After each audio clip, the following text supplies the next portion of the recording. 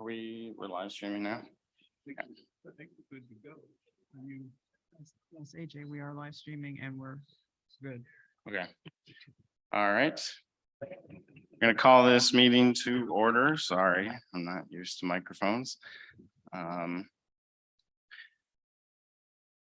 right, it is call this meeting to order at 1:17 p.m. This is the annual general meeting of the Sudden Valley Community Association membership. Good afternoon, everyone. I'm AJ Tischletter, the president of the Sudden Valley Community Association. It is my sincere pleasure to welcome you to this year's annual general meeting of the SVCA. This year's annual meeting is a hybrid general meeting in which members can participate in person and virtually. Members attending in person and virtually by joining the webinar will be actually, that's not true. So we have a quorum present in person.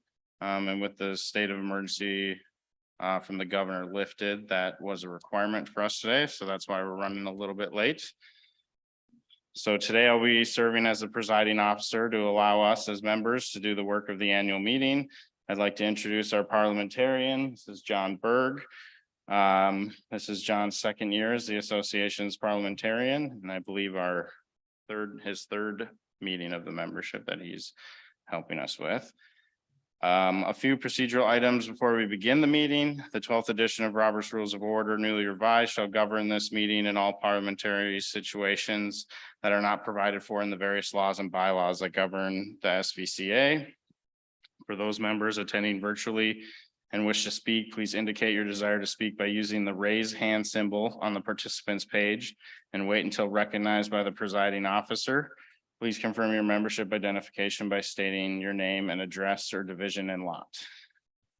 If a member wishes to call for a parliamentary inquiry, point of order, appeal, ruling, or ask a question for information, please state the type of procedure being called for, either by approaching the microphone and present your request, or for Zoom, use the Q&A section of Zoom and we will bring you into the meeting to present your request. A member will be entitled to speak up to 2 times on any debatable issue, and each time will endeavor to speak no longer than 3 minutes. The president will let speakers know when their 3 minutes are up. To speak a second time on the same issue, a member must wait until those who wish to speak on it for the first time have done so. Speaking for longer than 3 minutes or for a third time will require permission from the assembly. These are the rules that your presiding officer will hold all speakers to during the meeting. Thank you in advance for your understanding and cooperation. I would like to thank our general manager, Joanne Jensen, and all of our staff and all they've done to make today successful. On behalf of the board, we are incredibly grateful for all your hard work and supporting the efforts this year to build the foundation for a stable and sustainable operations of the community. I'd also like to recognize my fellow board members who are present at the meeting. Sonia Volt is the treasurer, Brian Cope, secretary, Sam Shahan, Timmy Vandepolder, Morgan Libby, and Nancy Alienak is the NNE chair. Thank you all the board directors for your service this year. And I'd also like to thank the NNE committee with Nancy Alienak, Michael Wadsworth, and Steve Workman did a lot of work this year too. But especially want to recognize and thank our outgoing Vice President Joshua Bowens. Thank you, Josh, for your service and commitment to the Sudden Valley community for the last 3 years. All right, so there was a quorum present at the time the meeting was called. And I will pass it over to Brian for the proof of the notice of annual meeting. Great. Yeah, the notice of annual meeting addressed to all members at the address on record at the Association Administration Office was placed in the mail at least 30 days before the meeting, as required by the bylaws. And I, as the secretary, am in receipt of the USPS reports of the mailing. Right here. Right. All right, thank you, Brian. So the minutes of the 2021 annual meeting have been reviewed by the board and made available on the website. At this time, I'll ask if there are any corrections to the minutes. Linda? Yeah.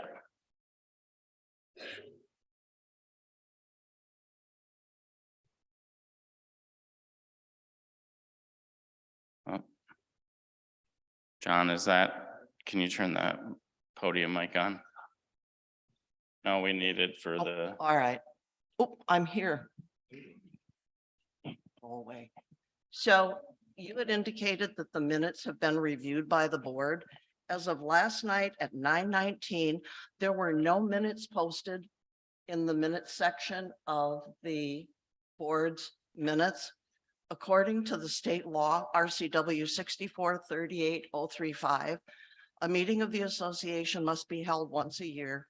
And the minutes of these meetings need to be available to each owner on record no more than 60 days after the meeting. That's not been done. So unless you're prepared to read them to everybody, there's no way the membership can vote on them. Thank you.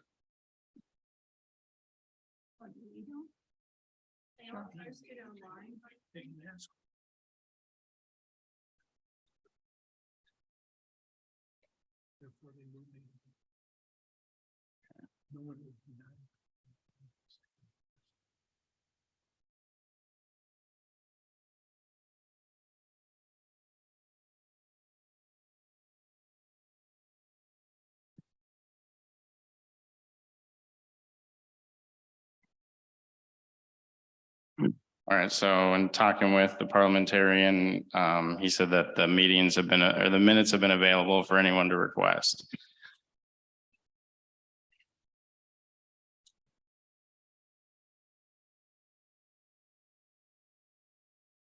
Would you like the minutes read out loud and make a vote? Read the minutes. They are posted online. They are, and the board approved themselves. To be posted. They're on the 2021 AGM.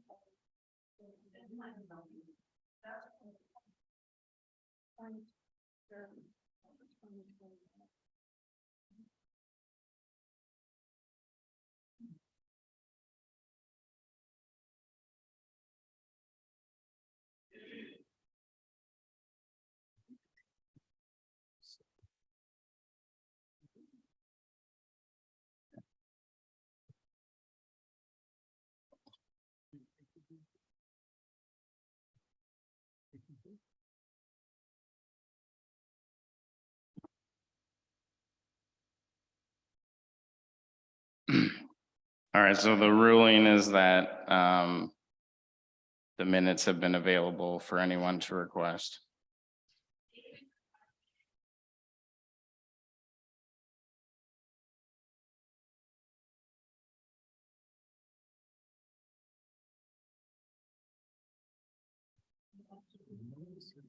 No one should disagree with the decision of the chair, they appeal it.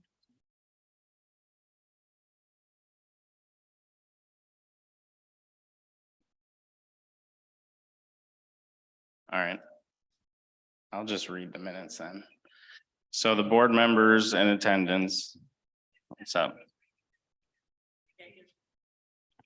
Board members in attendance were Andrew Tischler as president, Joshua Bowens as vice president, Kim Harris as treasurer, Brian Cope, Sonia Volt, and Linda Bradley as entity chair.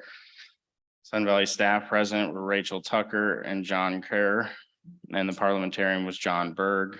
Meeting was called to order by President Tischler at 1 p.m., who stated he would be serving as presiding officer, so business may be conducted accordingly. President Tischler introduced the parliamentarian John Berg, who is president and acting in accordance with SVCA bylaws and Robert's Rules of Order, making himself available to answer questions as needed. President Tischler introduced board members and Sun Valley staff in attendance. President Tischler explained that the meeting of the general membership is not a board of directors meeting. The board members attended as members of the Sun Valley Community Association unless giving a report or responding to a question. President served as the presiding officer of the meeting. Certificate of a quorum. It was announced that a quorum was present. The proof of notice of annual general meeting. It was announced the notice of the annual general meeting addressed to all members at the address on record at the association administrative office was mailed at least 30 days prior to the meeting. SVCA is in possession of a signed certificate from Unilec as proof of this event. There were no corrections made to the minutes from the 2021 annual general meeting.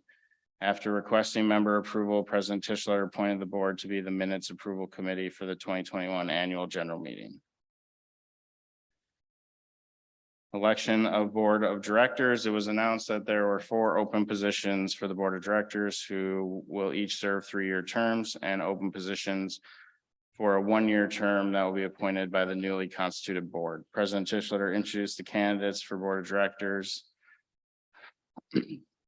Sam Shahan, Sonia Volt, Tammy Vandepolder. Election of N&E committee members. President Tischler stated that the N&E committee is made up of 5 members. There were no candidates for the open position. Any committee may appoint new members according to the Sun Valley bylaws. Election of the ACC members. President Tischler announced that there were no candidates for the vacant position on the ACC committee. Members needed to fill the committee will be appointed. The new business is fiscal measure 1, so Sun Valley Community Association's 2022 annual consolidated budget, which provides for assessment revenue of $4,993,739 and non-assessment revenue of $1,438,340. Total combined assessment and non-assessment revenue of $6,432,079 be approved or rejected. This measure was brought forward for discussion.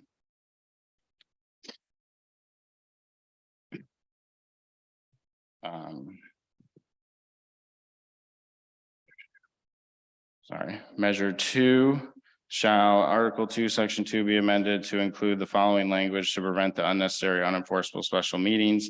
President shall not be obligated to call a SGM if all the matters to be submitted to the membership for a vote would violate applicable law if approved by the membership. This measure was brought forward for discussion. Measure 3, shall Article 3C, Section 18 be amended to replace association purposes with proper purpose. The measure was brought forward for discussion. Measure 4, shall Article 3C, Section 19A,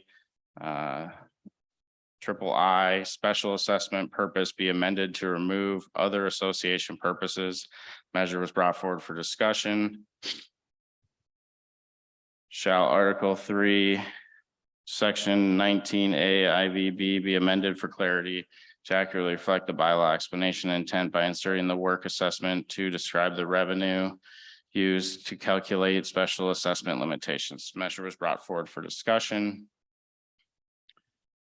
Shall Article 2, Section 7B be amended to allow all members to vote for directors, committee members, proposed budget items, and any other issues or items on an AGM or SGM ballot, regardless of standing. The measure was brought forward for discussion. Committee reports were posted to the Sun Valley website. President's report. President Tischler presented an annual report and thanked outgoing board members. Treasurer's report. SVA Treasurer and Finance Committee Chair Kim Harris presented her report on the financial accomplishments and highlights of the association and the Finance Committee. Managers' reports were presented as PowerPoint and posted to the Sun Valley website. And then property owner comments ensued. And the uncertified election results were mail-in ballots 812, in-person ballots 26, proxies 0, budget only ballots 0. The board candidate election results were candidate Vandepolder with 501 votes, securing a 3-year term. Sam Shahan with 555 votes, securing a 3-year term. And Sonia Volt with 505 votes, securing a 3-year term. The measure results, fiscal measure 1 on the budget, the measure was approved by 642 approved, 173 rejected. Measure 2 was a bylaw amendment. It was approved 608 and rejected by 201 with a 75%. And that measure passed. Measure 3 was approved with 55. Yes. Measure 3 had 544 votes approved and 227 votes rejected with a 66.26% approval, and the measure failed. Our measure 4 had 593 approved with 230 rejected and a 72% approval, and the measure was approved. Measure 5 had 651 approved and 162 rejected with 80% approval, and the measure was approved. Measure 6 had 453 votes approved and 372 rejected with a 54.91% approval, and the measure failed. And then the meeting was adjourned at 3:27.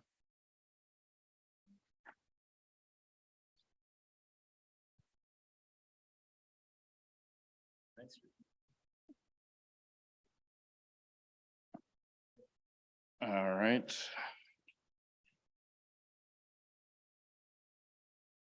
The association is having its balloting handled by a third-party election vendor, Unilec Election Services. They are responsible for the printing, mailing, registration, and counting of the ballots.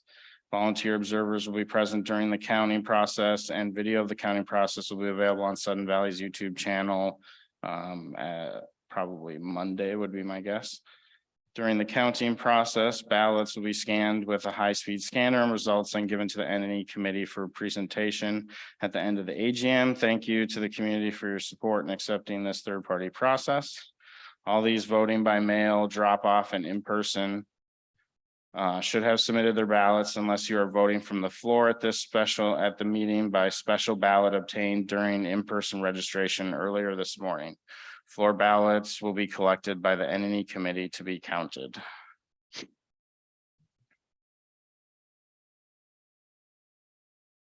We do have a hand raised in Zoom.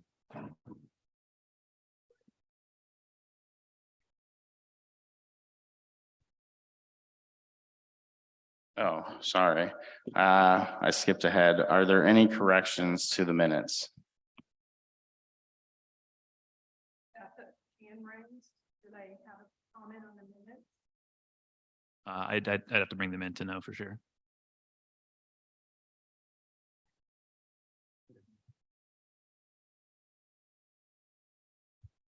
Let me see what I can do to find out. Thanks.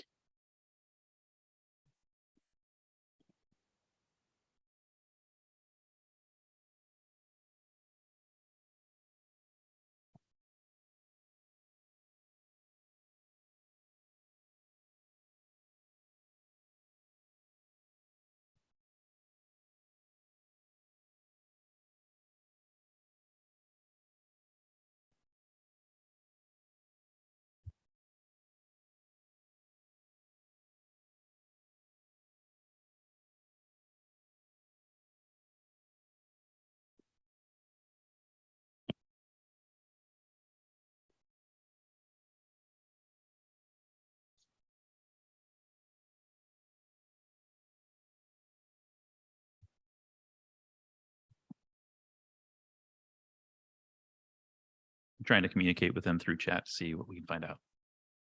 Okay.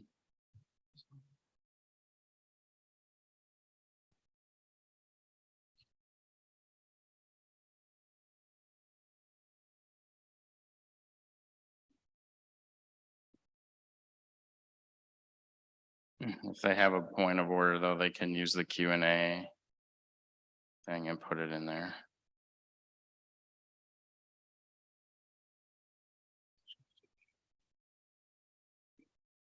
This time I don't see him. Okay. All right, hearing none, the minutes are approved. All right, the introduction of the board director candidates. We have 3 director positions open this year for 3-year terms and 2 positions open for 1-year terms. The list of names appearing on the ballot are Andy Glover, Stu Mitchell, AJ Tischletter, Linda Bradley, Morgan Libby, Sandy Mitchell, Asia Andrade, Tara DeVoe, Nancy Alienak, Kate Quigg, and Lori Robinson. I apologize if I said any of your names wrong. The introduction of the N&E committee candidates. There was 1 candidate for the N&E committee this year, Gail Chiarello. The committee will be soliciting interested candidates to serve on the 2023 committee. If you're interested in serving, please fill out an application. The committee will be appointing 4 committee members, I believe, to serve this next year.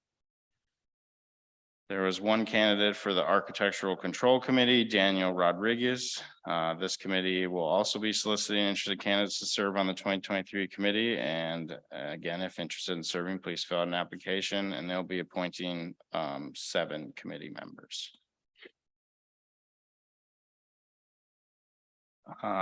So moving on to the new business. The new business to come before the assembly consists of 3 measures, 1 financial and 2 bylaw amendments. You received the explanation of each of the measures in your elections packet.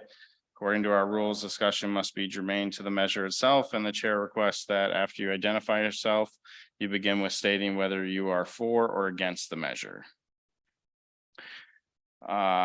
So the first measure is the budget. Measure number 1, shall the Sun Valley Community Association's 2023 annual consolidated budget, which provides for assessment revenue of $5,045,864 and non-assessment revenue of $1,565,016, with a total combined assessment and non-assessment revenue of $6,610,880 be approved or rejected. Is there any discussion? Please remember your comments are limited to 3 minutes. If you would like to speak on it, please come to the podium.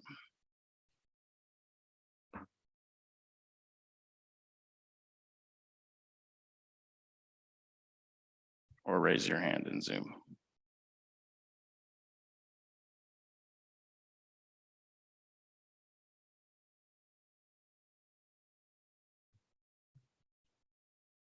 All right, seeing none, then we'll move on to the bylaw amendments. The following bylaw amendments are on the ballot. Measure 2, shall Article 3C be amended to include the following new section, 25, sale of non-trust properties. Is there any discussion on this measure?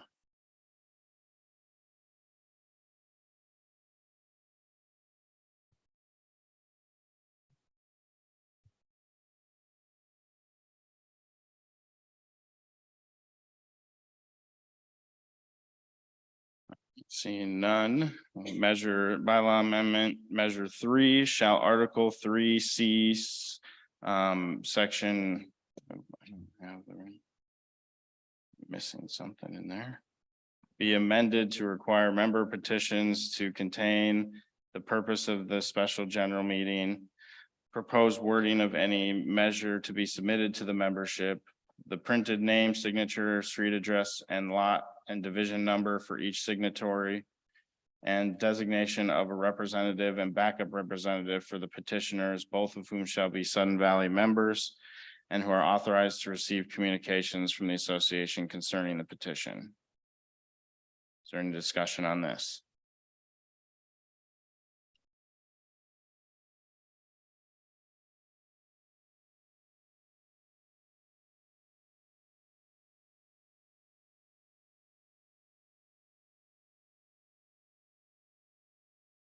All right, hearing none, then we'll move on.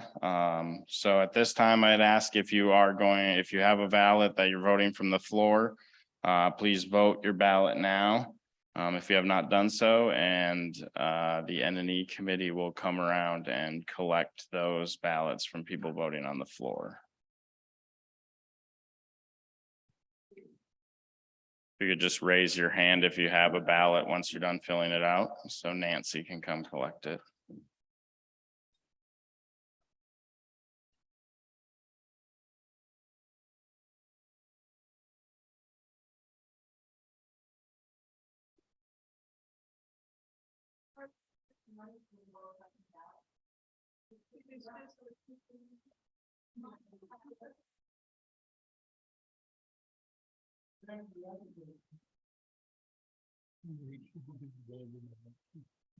Not touching ballots. The bylaw allows her to do that. Just can't have like it is here.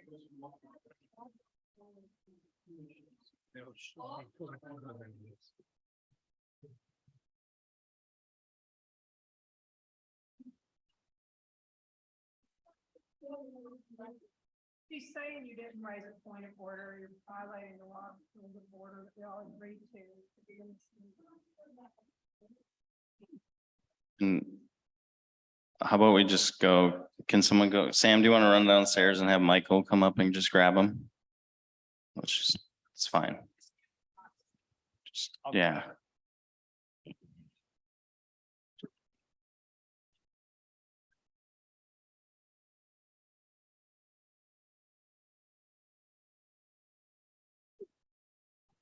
But it's. But it doesn't matter.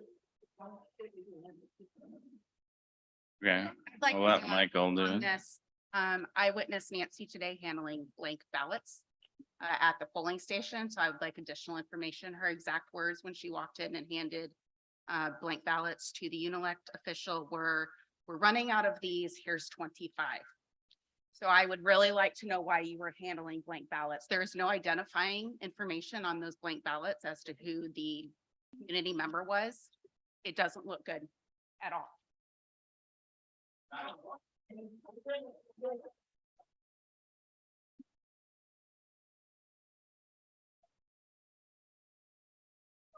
Now, we hire a third party that cost us almost $17,000 to oversee and for the integrity. That she isn't handling a voted ballot. The bylaws have to be written. And what you guys are doing. No, please. All right.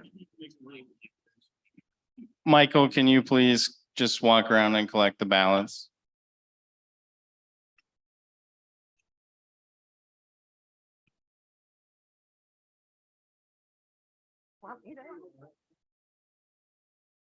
They wanna make a second order.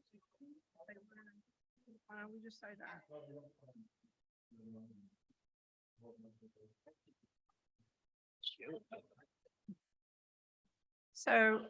So I'd like to point out that we've reviewed this and we discussed this with our attorney to follow how the bylaws are followed. And you can joke around if you'd like to make a point of order, then make that point of order. But I'd also like to point out that this is not the first time that an N&E chair has run for the board. This has actually happened enough that it's actually referenced in the bylaws of how to deal with that. And that's why it spells out specifically what they can and cannot do. And so Michael and Nancy have always continued to have oversight together. And downstairs, Unelect now controls this election.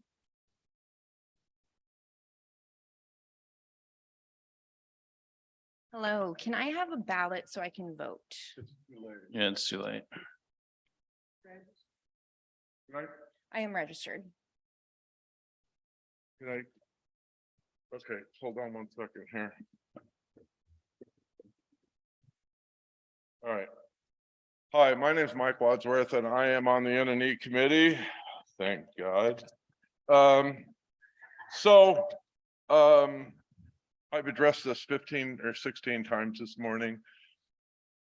You were mailed, every homeowner was mailed a ballot. This young lady has hers in her hand. In the ballot were instructions on how to go about voting. And it says that if you're gonna vote by mail, fill it out, put it in the white security envelope, put it in the pink envelope or the outside envelope with the address on it, and sign the back and mail it. There were cutoff dates for the mailing because we do not control the US Post Office. So they had to be cut off on Thursday would be the last day you could, no, Wednesday would have been the last day you could have mailed your ballot so that it could have guaranteed that it got there. Although I found out this morning, a gentleman mailed his on Monday from Seattle and they still hadn't got it. So we have no control over the US Post Office. And honestly, I don't think the US Post Office has control over it either. But aside, and then so your second point was you can vote by dropping your little pink ballot, put it in the white envelope, put it in the pink envelope or whatever color it was, and seal it and sign it. We had 3 votes that had no pink envelope. There's no way in heck we could figure out who it was. And so those 3 votes didn't count because they didn't follow the instructions. Second, we had 2 filled out and in the pink envelopes, but not signed. And so I spent an hour last night finding the one lady and called her and left a message. She came in this morning and signed, and the other lady, I just left messages yesterday and today, and she's apparently not home and she didn't get in to sign hers. And so her vote didn't count because it was unsigned. The cutoff time for dropping your ballot locally, not mailing it and putting it in Sudden Valley ballot box, which is out in front of Gave's entrance, was Friday at 4:30. And we were there at 4 o'clock, Nancy, I, and Joanne, waiting for 4:30, and people scurried in right up to the last second, and we let them vote. And then we emptied the box, took it off the floor, put it downstairs and locked it up. So that voting portion was closed. But then you still had the opportunity to come in this morning from 9 o'clock till 12:30 and get a new ballot, an in-person ballot, and vote today by dropping it in the box or by holding on to it and coming upstairs here at 1 o'clock and being here to put your vote in this box and vote, which 2 people chose to do. And those are the parameters that are spelled out in all the paperwork that was sent to you with your vote. They're on Sudden Valley website in 2 different places. And those are the rules. And we're not trying to exclude anybody. One guy came in this morning and he had 2 ballots like hers, and he wanted to drop them in the box. And I explained it to him, tried to explain it to him. He got absolutely furious, ripped them in half, threw them in the garbage and stormed out. So I went online with Joanne and we found the 2 homeowners and we called them. One person answered and I explained it to him and he says, oh, okay, fine. And I don't know if he came in and voted or not. And the other person's phone numbers were disconnected or changed and I couldn't get a hold of him. A third lady was this morning trying to drop her ballot in the ballot box at El Gavi this morning. And she posted on Facebook, where the heck's the ballot box? And I posted on Facebook, it's not there. You have to come to the fitness center between 9 and 12:30 and get an in-person ballot. And she made it in and got her ballot. Been a fun morning, but we have tried emphatically I have spent hours in the last 3 days trying to get this vote so that your votes all count. I don't care how you vote. I mean, I have a vote, I voted, but I'm not telling you how I voted and I don't want you to tell me, but I want your vote. We ended up with almost 1,100 votes, 1060, whatever it was. I'd like to see 3,100 to be real honest. And that's my reason for being on the NNE committee. I want to be able to stand here in front of you and say, I watched this whole thing. It was done properly. We followed the rules. We went beyond to try to get your vote in and help you to vote and make it count. And we did, no matter what all went on during this period of time. I also want to say while I'm standing here, I'm going to remain on the NNE committee. I want to represent you if you want me there. And there are things we need to change. There's our bylaws and our NNE manual I think they're antiquated. We have new stuff going on and we need to, as homeowners, be aware of that and really go through it. If you have suggestions on bylaw changes, send them in or get on the committees and help update the bylaws. If you have thoughts, I want to send out a survey to all the homeowners and say, what do you think? How should we do this? Do you have ideas or input? Because you're the ones that own this place. And so not the board, you guys. So we have to do this through the process. And so I'm hoping to make some changes in my next 2 years that I'm gonna be on the NNE committee till we vote again for that, or next year, if we're gonna vote again. So I only got 1 year, okay. So, at any rate, and I'll admit, I mean, there are mistakes, there are antiquated rules, and we're trying to follow them the best we can, but, I just ask for your patience and, your trust. So, thank you. Can I go down now? Yeah. Thanks, Michael.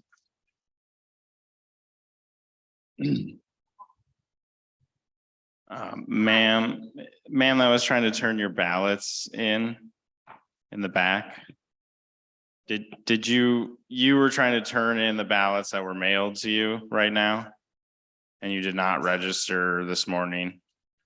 Okay, well, I am sorry, but I do have to say that we can't accept those ballots then.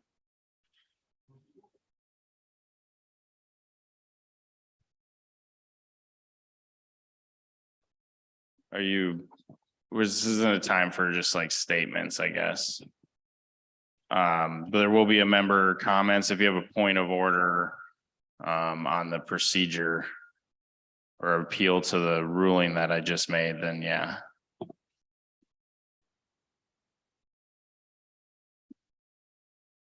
Need to make a point of order if you want to come in at this point or hold until owner comments. Guys, please stop.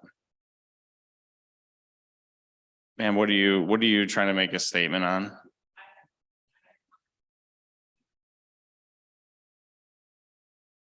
You've not received a ballot?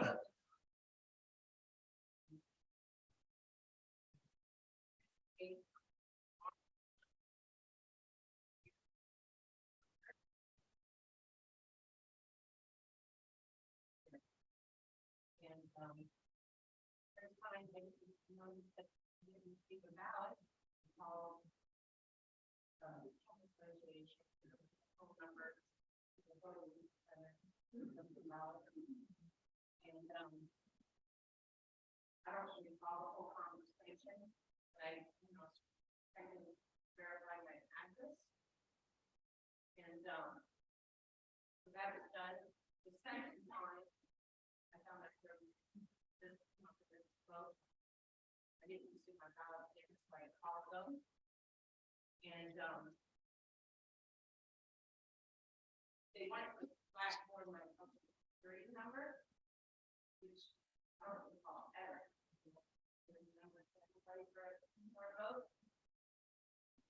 And they did end up telling me that this line to Okay. Thank you. I do have a hand raised in Zoom, trying to find out what the reason for the hand raise here is. And then also I have a request for people to approach the mic on these discussions.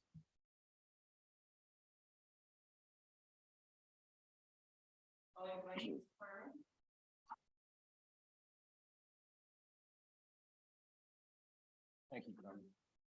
So, John, if someone has a point of order on where we are at and the agenda, they can do that in the Q&A on Zoom.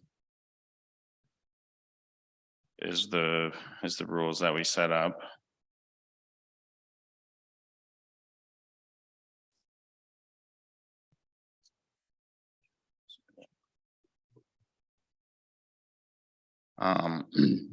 All right, so we're going to keep moving forward. This concludes the presentation of the candidates and the discussion of the measures. Voting is now concluded. Then any committee members Michael's already come around and gathered the ballots. Moving on to the committee reports, they'll be posted to the Sun Valley website for viewing.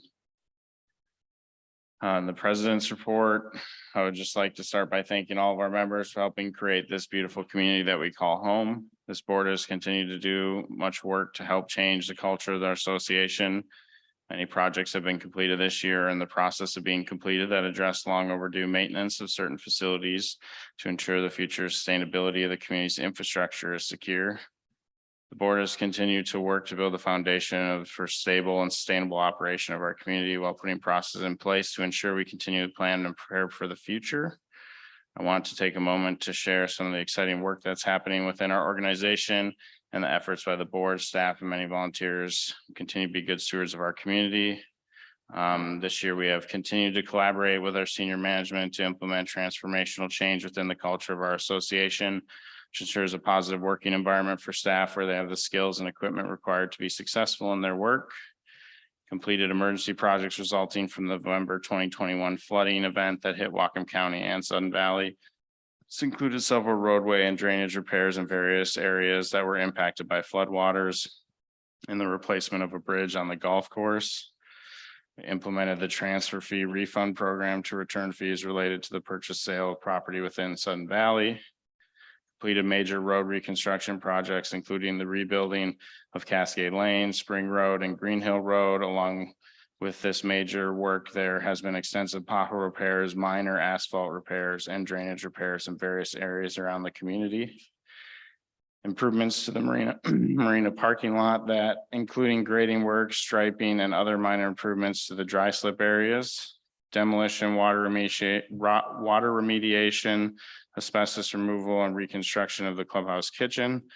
Demolition of the foundation of the old barn 7 structure and removal of fencing, and began the design and permitting for the exterior refurbishment of the dance barn, with construction anticipated for spring of 2023, and working to execute a contract with professional engineering consultant to provide an update to the 10-year capital roads, drainage, and pedestrian improvement program. We envision Sun Valley as a sustainable and collaborative community where natural beauty, recreation, and civic engagement create a sense of belonging for its diverse membership. Our mission is to foster a livable and inclusive community through exceptional service, transparency, and responsible stewardship of our shared resources. All right, I'll move on to the treasurer's report, and I'll pass it over to Sonia to make her report. Thanks, AJ. Okay, as many of you are aware, I was appointed treasurer by a unanimous vote of the board after the previous treasurer resigned her board position.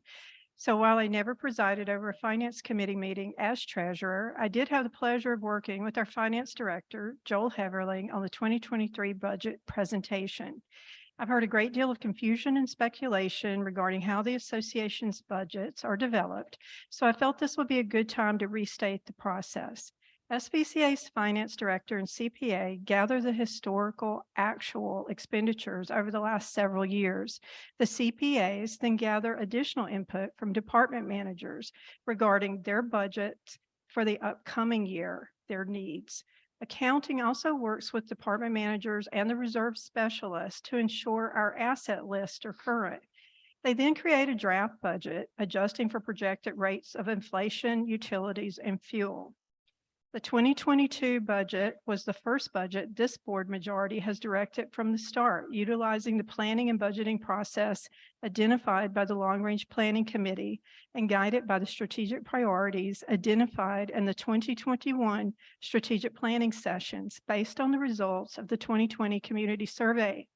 I am proud to say that almost all 2022 budgeted capital projects have been completed on budget.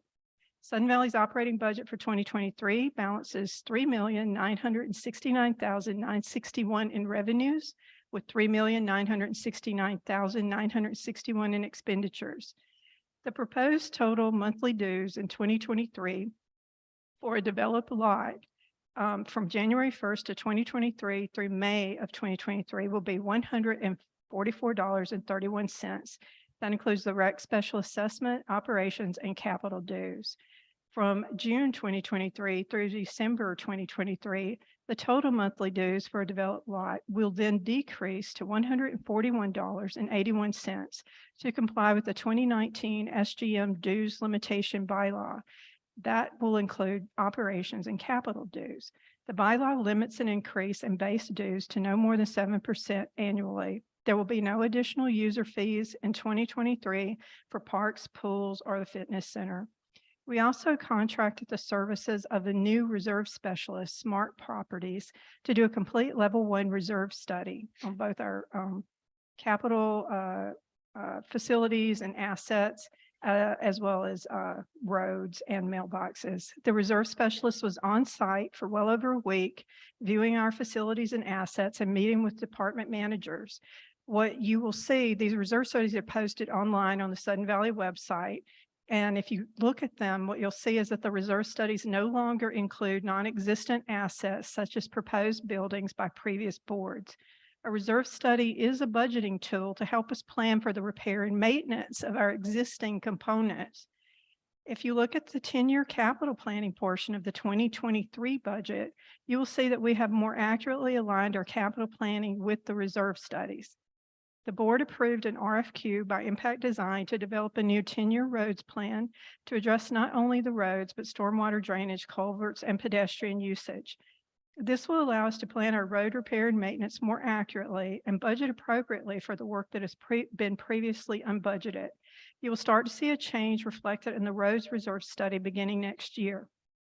In October 2021, the board rescinded that portion of the property transfer fee that exceeded $125. That refund program is currently underway, and we've already seen claims filed by 2/3 of those eligible.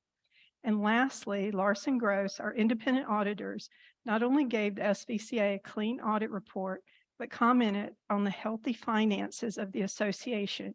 So I'd like to thank Joel Heverling and the entire accounting department for a job well done this year. Thank you.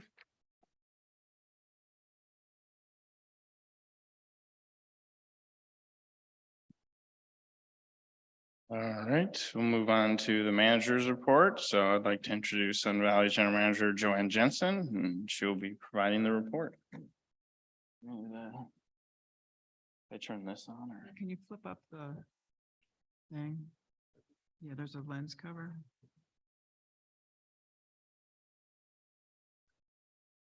Do I have to push a button?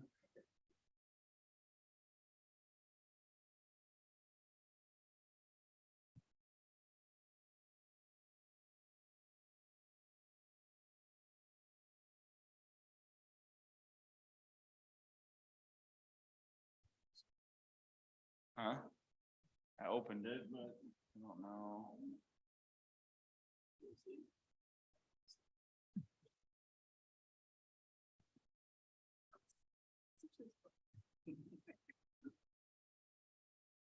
Blowing hot air now.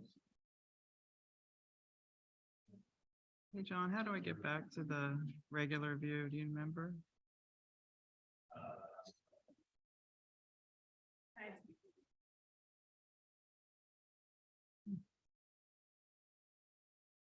The Zoom thing gets in the way. I always miss it. Oh. Yeah, I think so.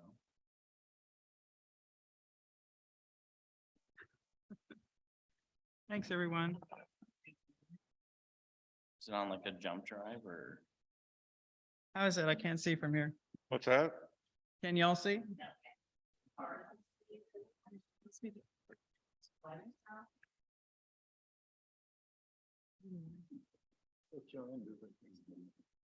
Hey, John, can you cut the lights up here?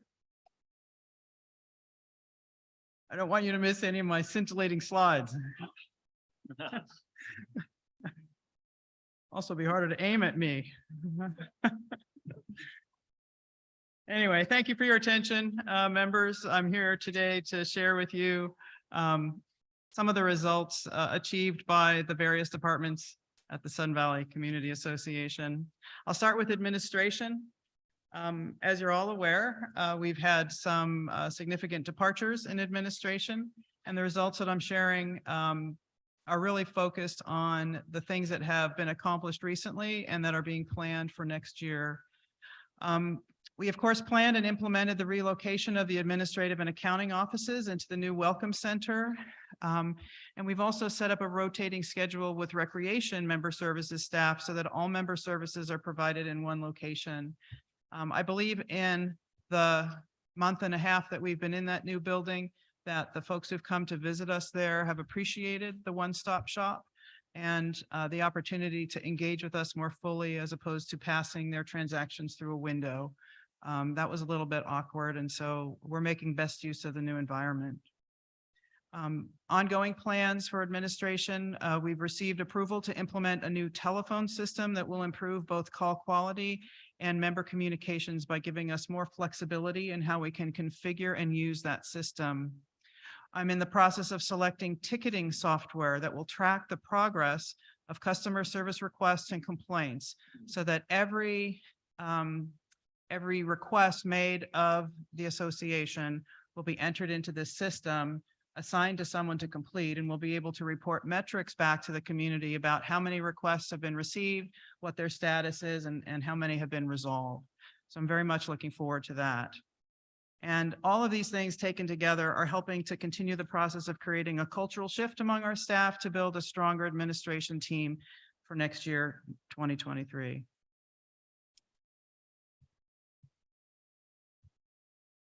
Awesome. Next slide, accounting. The budget development process resulted in no increase to 2023 dues, as has been shared multiple times, and a new level 1 reserve study was completed. The year-to-date collections rate as of September 2022 versus September of last year, it's 97.2% as opposed to 95.6%. So that's quite a positive result. Expenses compared as a percentage of revenues. In August this year, it was at 89% compared to August of last year at 86%. We did receive an unqualified opinion on the 2021 audit, which in accountant speak means no problems. It was completely clean. And the projected 12/31/22 operational net income is to be projected on budget or break even for the year. So those are all positive results. The architectural control area, we just added up all the work that we did here, and it's quite a lot considering the staff time allotted to this.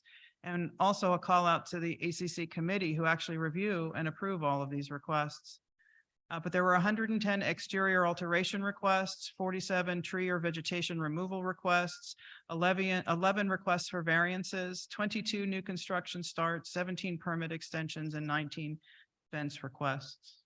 So a busy year for the architectural control group. I compared these numbers to last year, and in all but one case, they were just a little bit more. So the pace continues to be considerable in terms of the architectural control area. Maintenance was very busy. On the left side of the slide, we see a list of all the projects completed. When our new maintenance superintendent, Mike Brock, joined the organization, he completed an inventory of tools and equipment at Area Z. He made sure that all our vehicles and equipment were serviced. He began an evaluation of the Area Z building for functionality and layout, and the board recently approved a remodel of that facility to add efficiency and improve the level of professionalism of our staff area, and that's planned for next spring. 3 clean green events were held. Firewise program was enacted again this year. The shoulders were mowed twice in all of the gates. Our street signs were inventoried and cleaned, and I have a lot of before and after pictures. So if you want to come by, I can show you. I'd love to show you the difference in just the street signs and other directional signs within the community. Culvert cleaning, a large amount of culvert cleaning was completed, but we still are continuing to do that work. It's critical that we move the stormwater correctly, so that it doesn't damage our properties, create erosion and all of that stuff. And the amount of time and attention that's been spent on drainage has been significant this year, and we've seen better movement of that stormwater in many of our critical areas. That's a very positive outcome. Pools also were kept operational over the entire summer. And considering the heavy use they got in this very warm summer, that is an accomplishment. We outsourced several projects, and this is a great example of how we're making smarter use of our funds. Instead of requiring our in-house staff to do a broader range of activities, we're pinpointing tasks that we can bring others in to do more effectively because they've got the best equipment for it. And also that saves on staff time so we can do other things. The two examples here are vacuum sweeping of the streets. That was completed once in all gates, and that's also budgeted for next year, as well as roof gutter cleaning. And that vacuum sweeping of the streets, it's not just for aesthetics. If we can move the vegetable matter off of the streets and the other debris that collects there, it's not clogging up the ditches and the culverts and the drains. So that's an important element in our work to keep the stormwater moving appropriately. Many maintenance requests have been resolved since Mike started tracking them in March when he started. 41 about trees, 74 for road maintenance. Parks had 41, general maintenance had 83, facilities, the buildings that we have, 68, and drainage 19. So a lot of work done in that area. On the golf course, another great year. After a slow start because of the cold and wet spring, golf revenue was behind, but it came back so strongly to record the 5th consecutive year of record revenue and its 4th consecutive year of operational profitability. So a real call out for the performance of the golf course there. Of course, the reopening of the Canadian border had a very positive effect on both golf revenue and the overall spirit of the golf program, as we were able to welcome back our Canadian members. The flooding that took place last November was a serious setback for the golf course. There were many impacts to the course itself. But the efforts of the turf care staff and also golf club volunteers helped to minimize that disruption. And together with the commitment of the Sudden Valley Board, as well as the community to replace that damaged bridge, it's really contributed towards the successful golf season. To come back from such an amount of damage and to immediately revitalize and have such a profitable season, that was a real accomplishment for the golf course. Last but not least, the golf outing business, which is when outside entities hire the golf course to do tournaments and other things. That continues to recover from the pandemic-related downturn and is showing a 50% increase over last year. So very positive news from our golf course. We have a new manager of turf care, and he has assembled an effective team of people to help maintain and improve playing conditions. His focus has been on changing the culture of the turf care crew to make sure that every day when they come to work, they're engaged, they have something that challenges them, and they're constantly learning more and improving their abilities. Greg implemented aggressive weekly sand top dressing on the putting greens throughout the playing season to improve the playability, and we've had excellent comments from people who play the course. It's remained playable and at a very high level throughout the season. He streamlined the maintenance practices to make most efficient use of resources. And that's how he got the time to do all that top dressing. And also improved communication between turf care and clubhouse pro shop operations to make sure that they knew where turf care was working every day. He's repaired a leak to the irrigation system that plagued the number 9 fairway for the last 4 years. He's now resolved that. He's also figured out the number 2 pond control valve, which means that the pond will come back.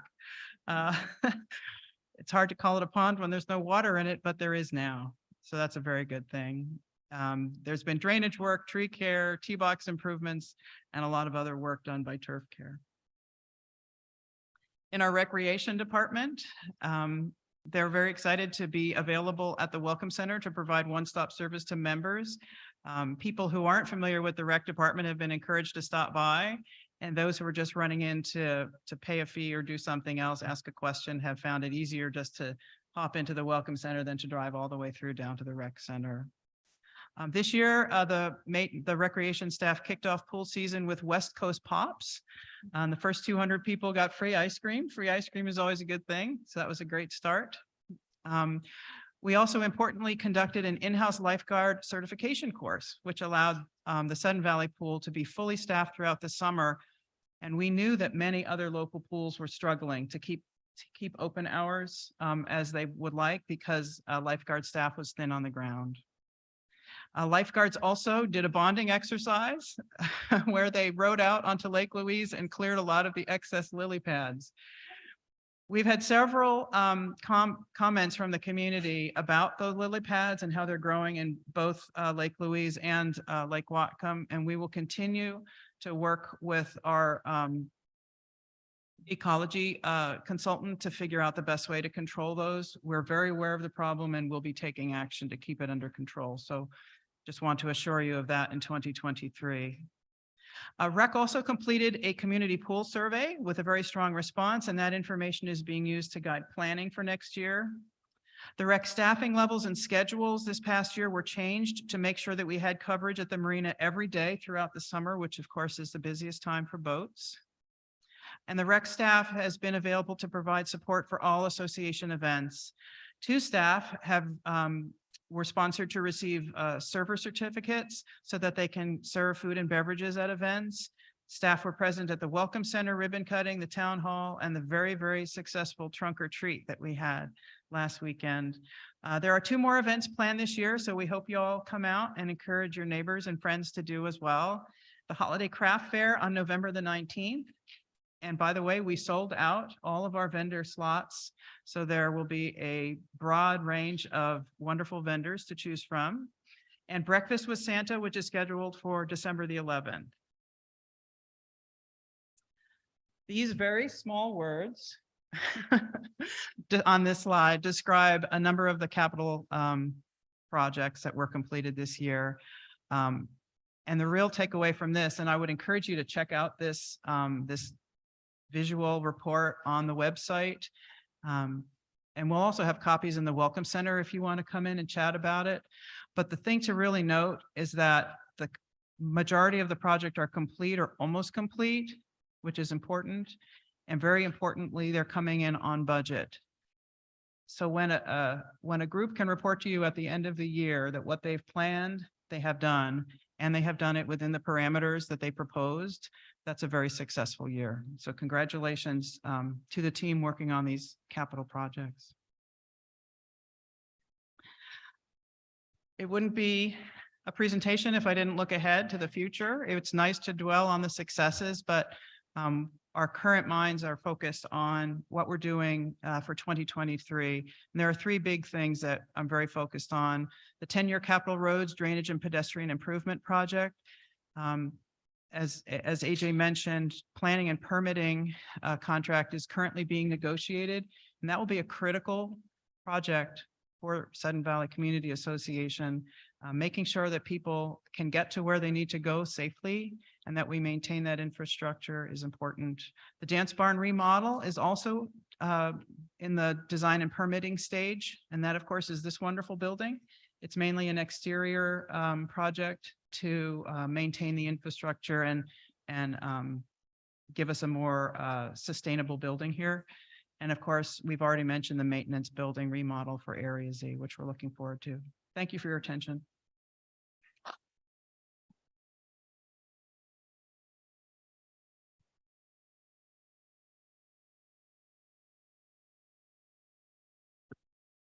All right.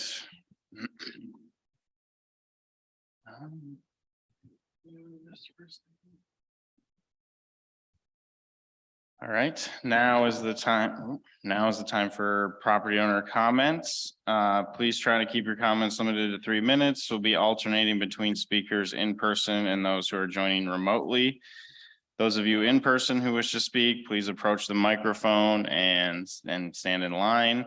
And please state your name and your street address or division and lot number. For those attending virtually, please indicate your desire to speak by using the raised hand symbol on the participants page and wait until John pulls you in and recognizes you. And remember to state your name and address or division and lot number. Summary of the topics and concerns raised will be an addendum to the minutes of the meeting.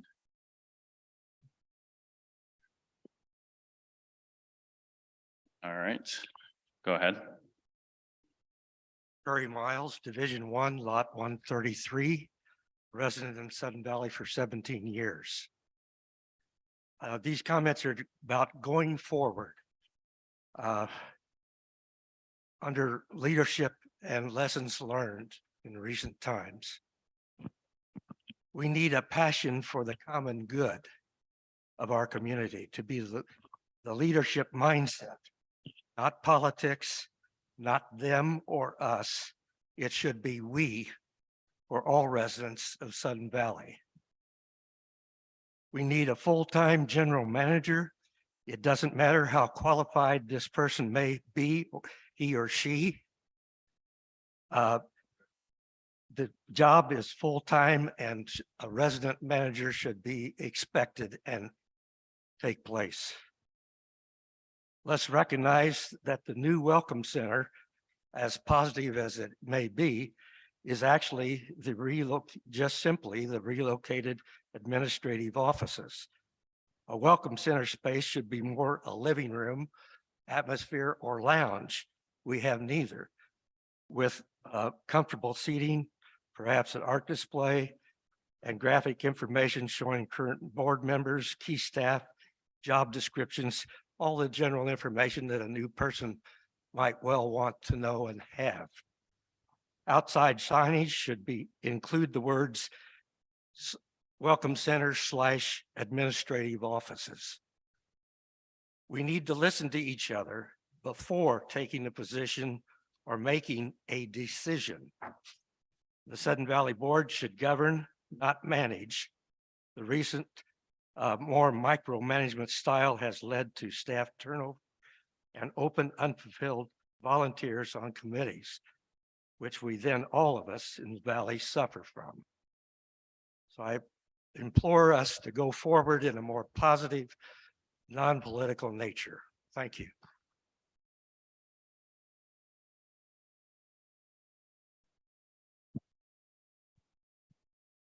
John, do we have hands on Zoom?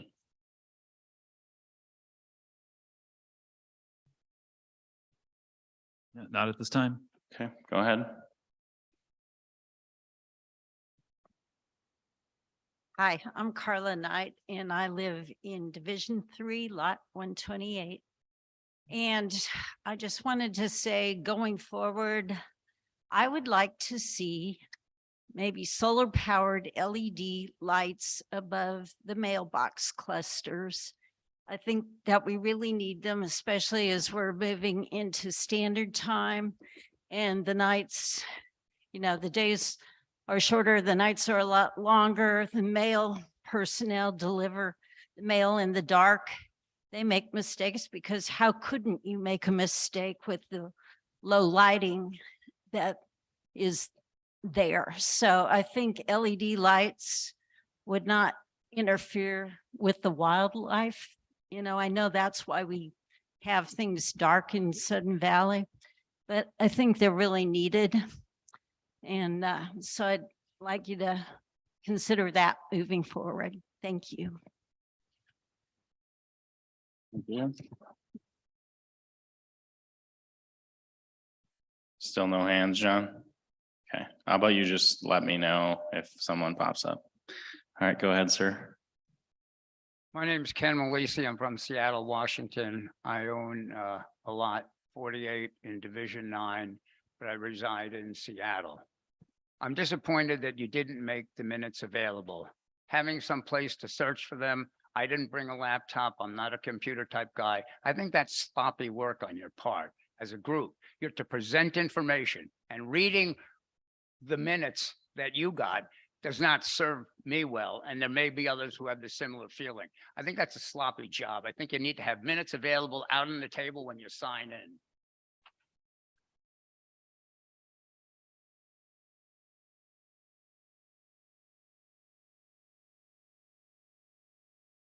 My name is Alicia Jomtis, and I have been a member of this community for over 23 years. I'm not a great speaker, but this is a point of interest from this meeting. And when I was watching people talk up here, Mike Wadsworth was speaking, and the people on the right-hand side of the table were laughing behind their hands. So you don't know if they were laughing at what he was speaking about, or if they were laughing at things they were talking about behind their hands. but I thought that was very unprofessional.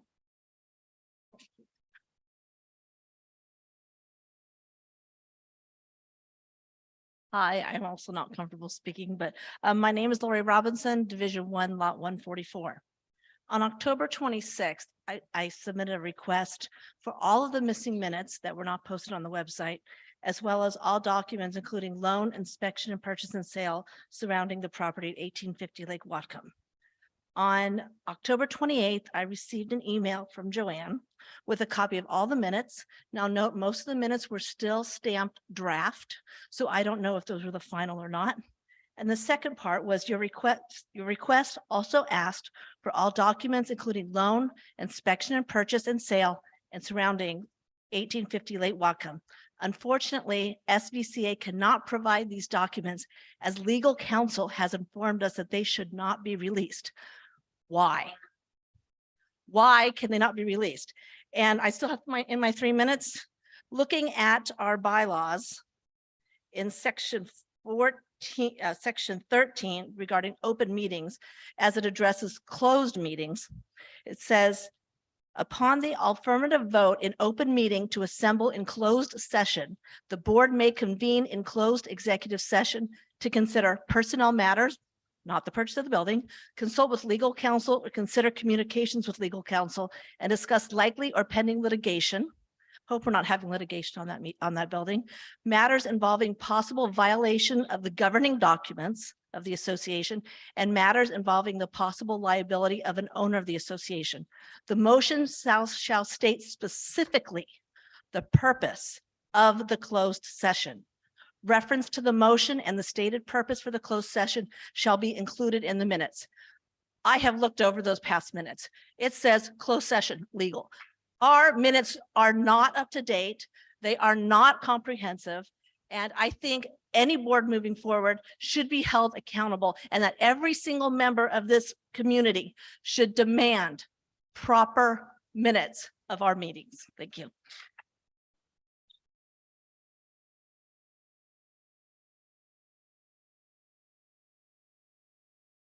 I'm Nancy Allianak, the current NNE chair, and I live at 4 Sandalwood Circle, 1032. And I'd just like you to know that the results are finished. I was downstairs as the 2 UNILEC people were populating the PowerPoint, which Joanne may or may not have by now. They were going to send them. And from when I was talking, 5 to 10 minutes more, that will be finished. So it's up to y'all. Do you want to stay here and listen to opponent comments, or do you want to know the results and either stay or leave?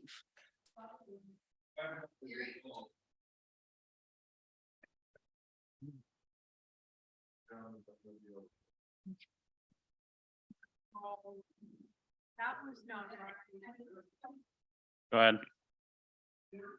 All right, please, someone's at the podium. Hi, for those of you who do not know me, my name is Mitch Waterman. I live in Gate 2. I have a prepared statement, and I think I can get this done in 3 minutes.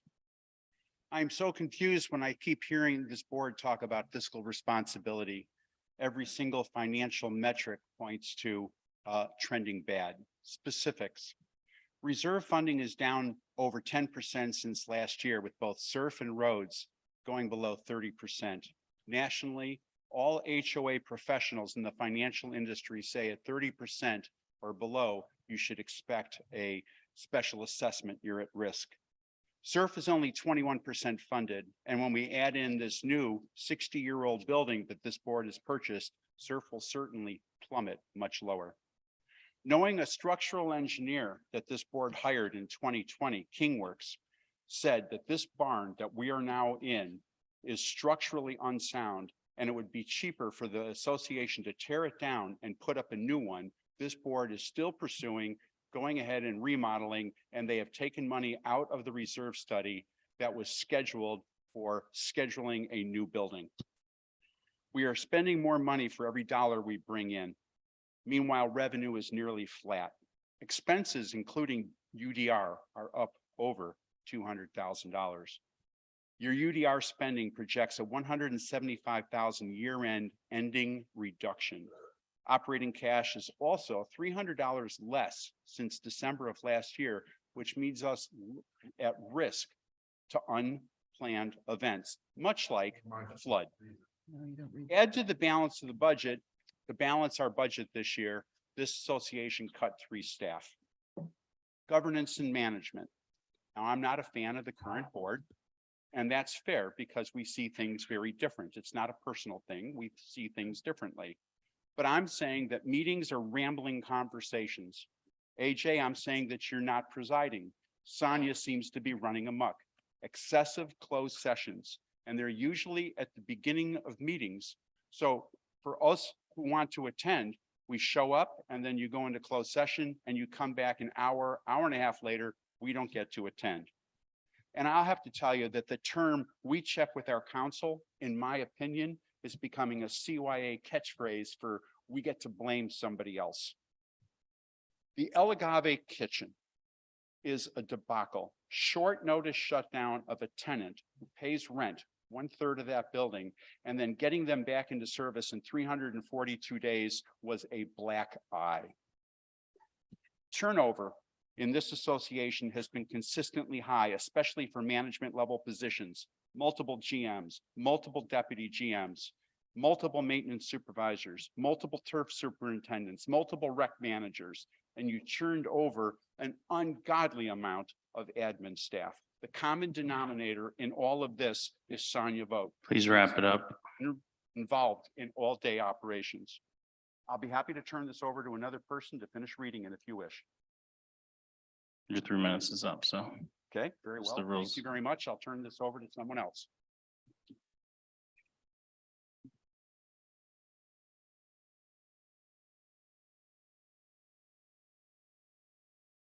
I am Steve Teskey, 3332, lived here a little over 7 years. I believe that we have a great leader in Joanne here. I think we all need to support her. Let her do her job. She doesn't need to have somebody looking over her shoulder every 30 seconds and espousing their particular opinions, because she is the professional. She is the one that says general manager. The board members don't have general manager behind their names. They have they're board members, and they're out to protect our interests. And if they have good communications with us and with Joanne, I think that'll happen. But we've got to give her a chance. And I, for one, am looking forward to seeing what she can do, along with support from the board.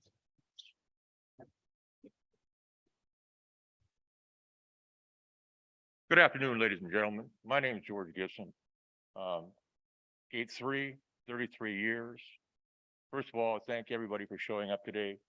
We received our quorum plus more, so this meeting is valid, thank God.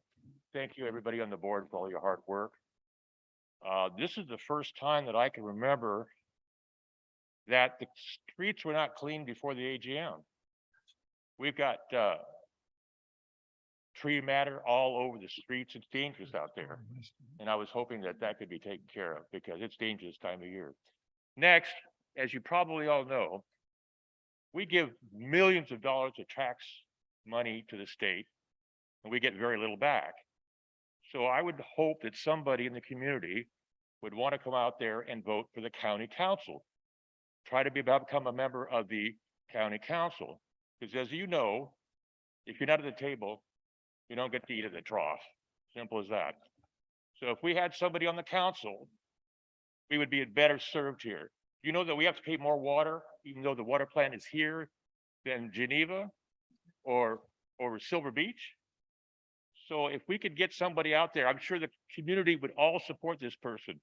Thank you very much.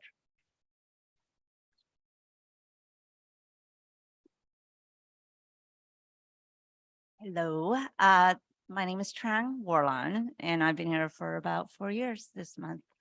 I know you probably can't answer these questions, but I thought this would be a good, so I'm looking at the budget and maybe some of you guys have the same questions and I'm hoping maybe Joanne can answer them for me. But I was wondering why there's pretty much everything else as far as the income operation is flat, except for the recreation center pool income, which has almost nearly double the amount for the projected budget of 2023.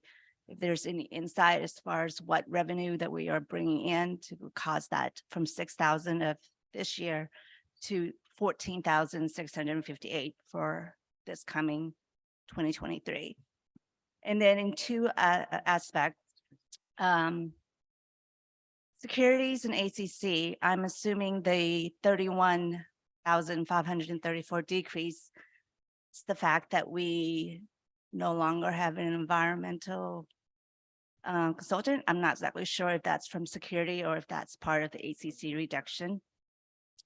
And then the last part is the rec park and pool. It's 22,846 decrease, but we have an increase in income. So that kind of is confusing for me to see that. So those are the three blaring categories of income and expense that I see, that I was hoping we could get some answers to that. That's it.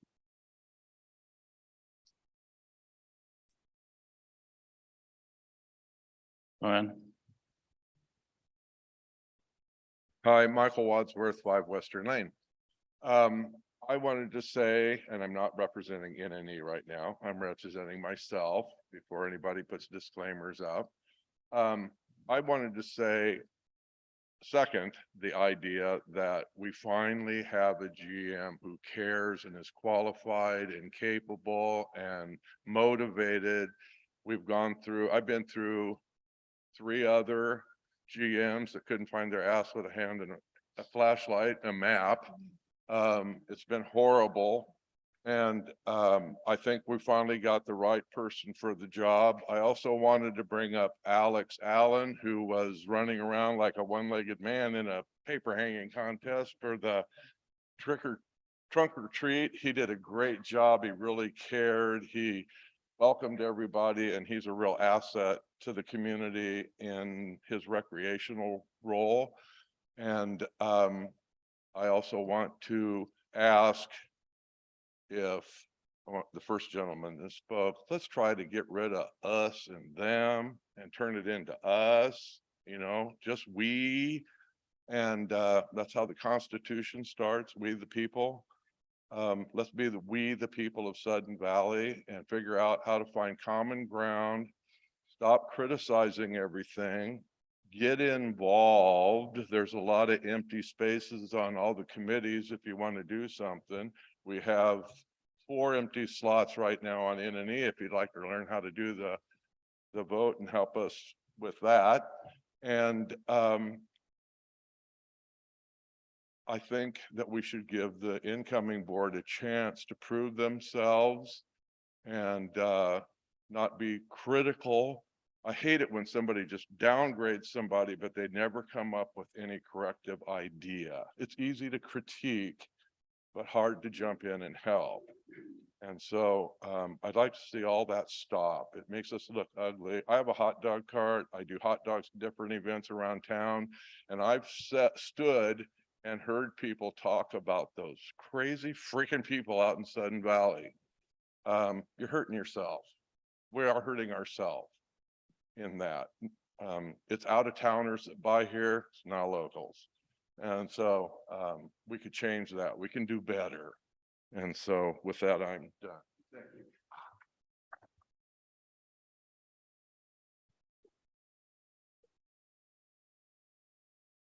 I'd love to see what Alex could do if he was actually given the autonomy to do his job versus always having to respond that he's waiting for board approval. So let's give him that opportunity. My name's Heather Browning, 19 Clear Lake Court. I don't need your Sonia.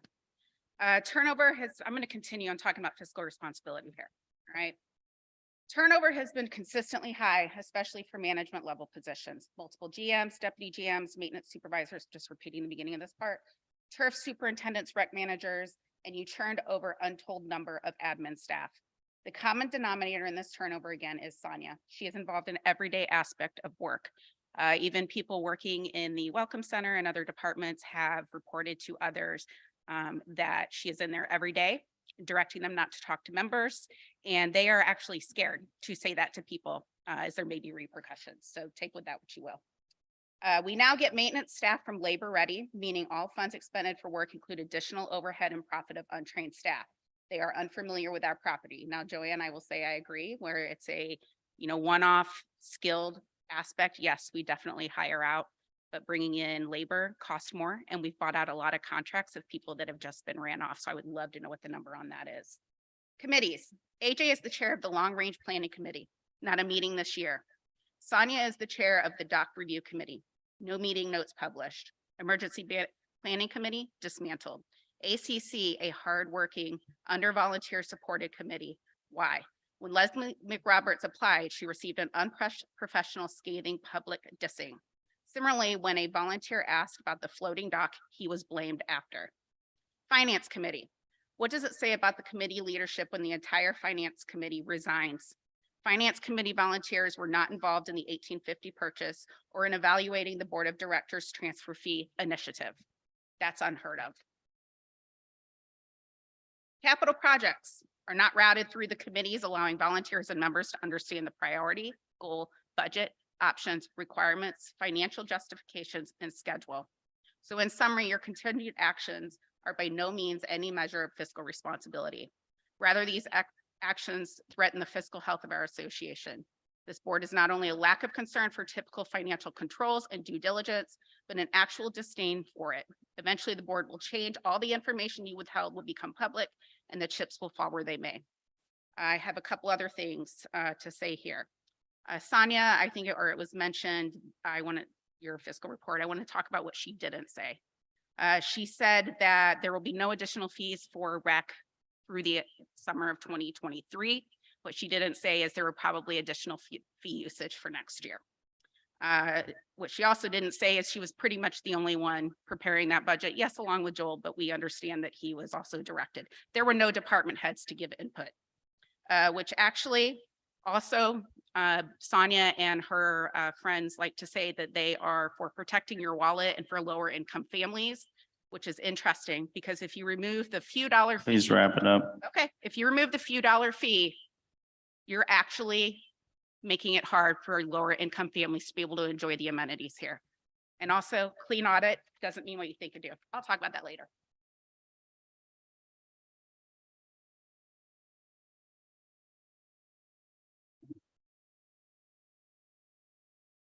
My name is Elizabeth Huthert.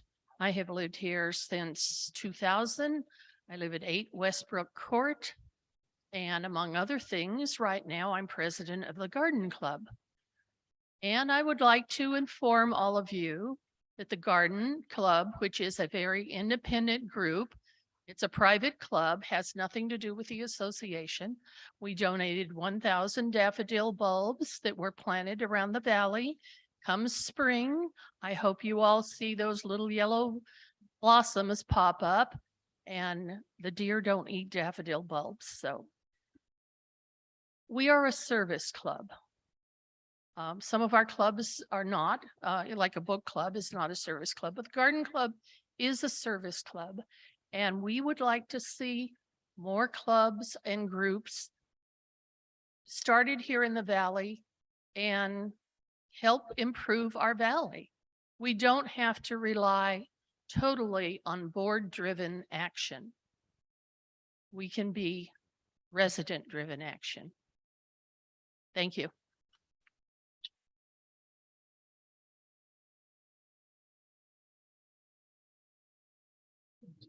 Any hands on Zoom, John? All right, None at this time. anybody else?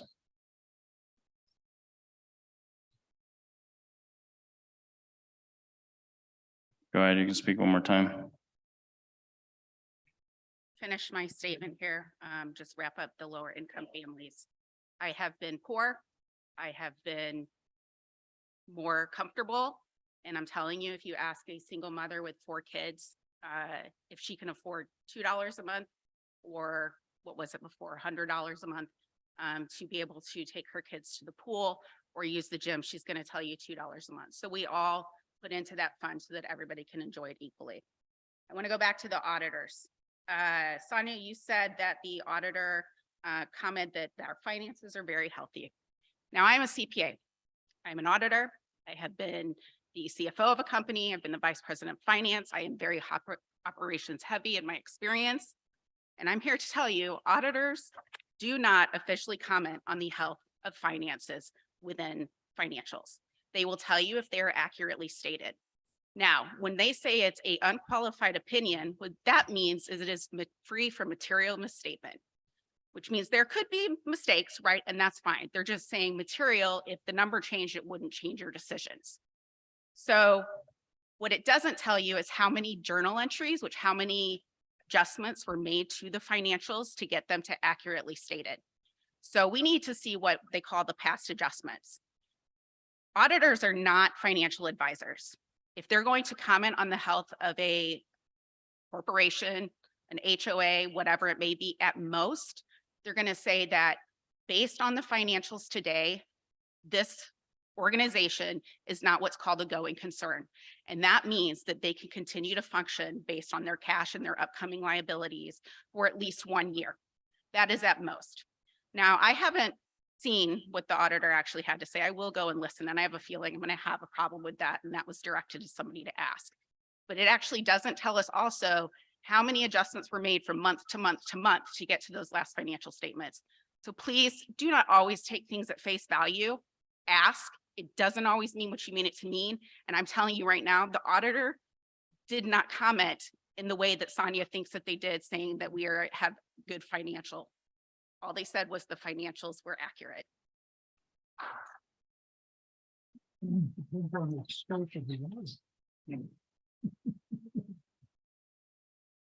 Anybody else?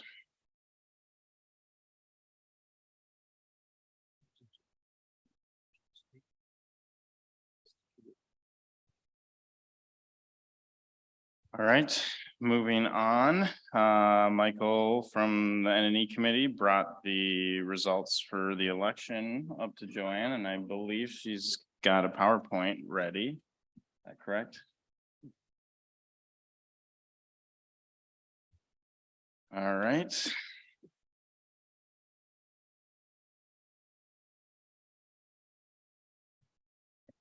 So for the board of directors positions, the vote count is as follows.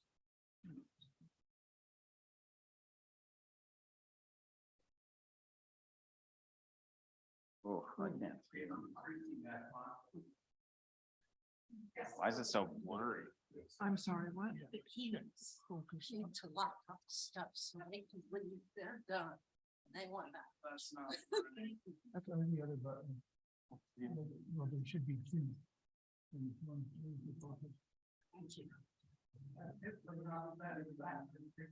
No, I get it. I'm sorry. Give me 1 sec. I apologize. I was asked to give over the key to a particular area. How's that? A little bit better. Can y'all see? Yeah? Okay. All right. The chair declares that Stu Mitchell, AJ Tischletter, and Linda Bradley are elected to the board of directors for 3-year terms. And Asia Andretti and Nancy Alienak were elected to 1-year terms. Did I read that right? Yeah. Yeah. Well, it's in the ballot order. Okay. Congratulations to those board directors that were elected.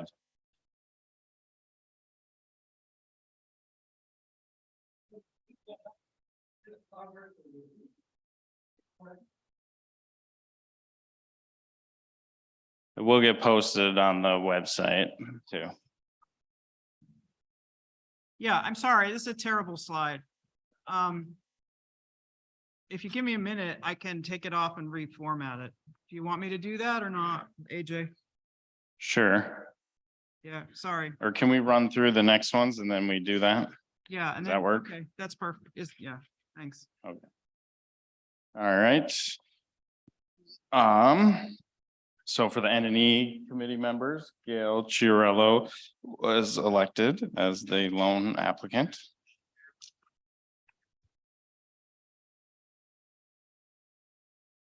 All right, next one. And Daniel Rodriguez received a vote, so he is also elected to the ACC committee. All right, moving on to measure one. The budget. 738 of, there were 738 votes in favor of measure one. 297 votes against. There being less than a majority of total owners rejecting the budget is approved. All right, moving on to measure two. There were 756 votes in favor of measure two and 320 votes against. That is a 70.26% vote of approval. There being at least 2/3 voting members approving, the bylaw amendment passes. Measure three. There were 758 votes in favor of measure three and 301 votes against. There being at least 2/3 approving the bylaw amendment, the amendment passes at 69.1%.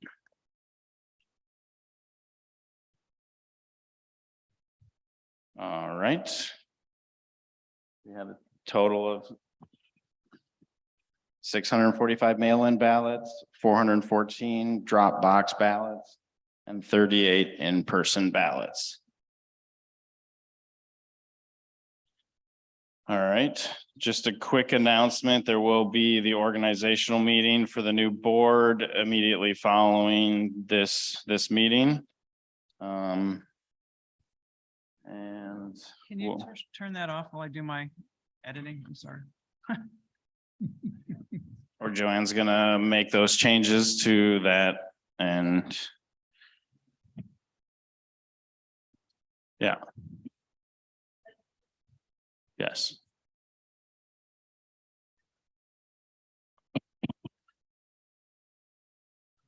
Gail, you guys could actually go do that now if you want.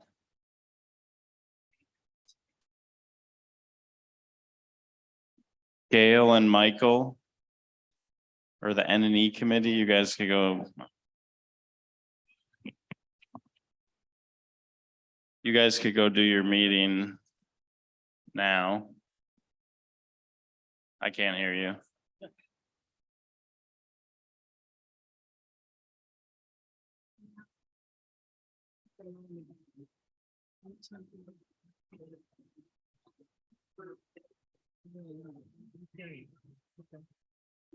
All right. Are we still in session? So the business of the annual meeting has been completed and the meeting is now adjourned. Thank you all for coming. Joanne's gonna update that